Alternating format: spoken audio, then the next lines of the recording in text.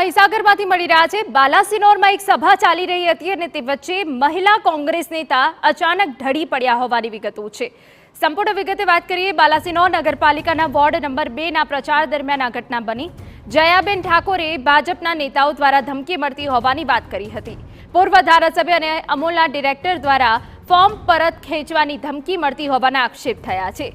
ચાલુ સભાએ જયાબેન અચાનક ઢળી પડતા તાત્કાલિક સારવાર માટે હોસ્પિટલ ખસેડાયા। મહિલા ઉમેદવારની ધમકી મળ્યા બાબતે કોંગ્રેસના પૂર્વ પ્રમુખ જગદીશ ઠાકોરનું નિવેદન સામે આવ્યું। સામાન્ય પરિવારની દીકરી જયાબેન ઠાકોરને ભાજપ ધાક ધમકી આપે છે। ચૂંટણી સભામાં જયાબેન આપવીતીનું વર્ણન કરતા ભાવુક થઈ ઢળી પડ્યા।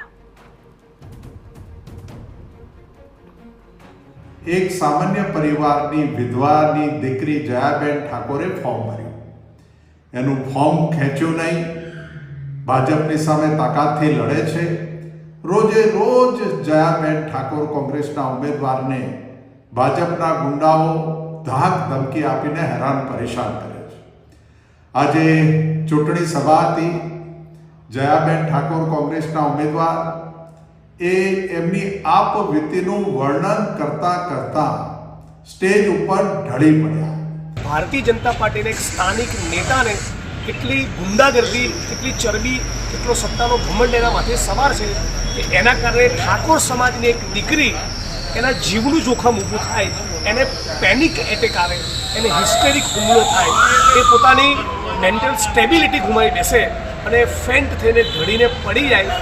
આ પ્રમાણેનું ભારતીય જનતા પાર્ટીનું ચરિત્ર બિલકુલ એ મહીસાગર અને બાલાસિનોરની જનતાએ બિલકુલ સ્વીકારવું ન જોઈએ। મેં એસપી સાથે પણ વાત કરી છે। આ ઘટના અચાનક સ્ટ્રેસ વધારે પડ્યો એટલા માટે જ બની હોય એવું વધારે લાગે છે। એક પ્રકારના હિસ્ટેરિયા પ્રકારનો એપિસોડ હતો અને એમાં પ્રાથમિક સારવારમાં પ્રવાહીને આઈવી ફ્લુઇડ ને બધું આપવાની જરૂર હતી, જે આપેલ છે। હાર્ટનો ECG ને બધું નોર્મલ હતું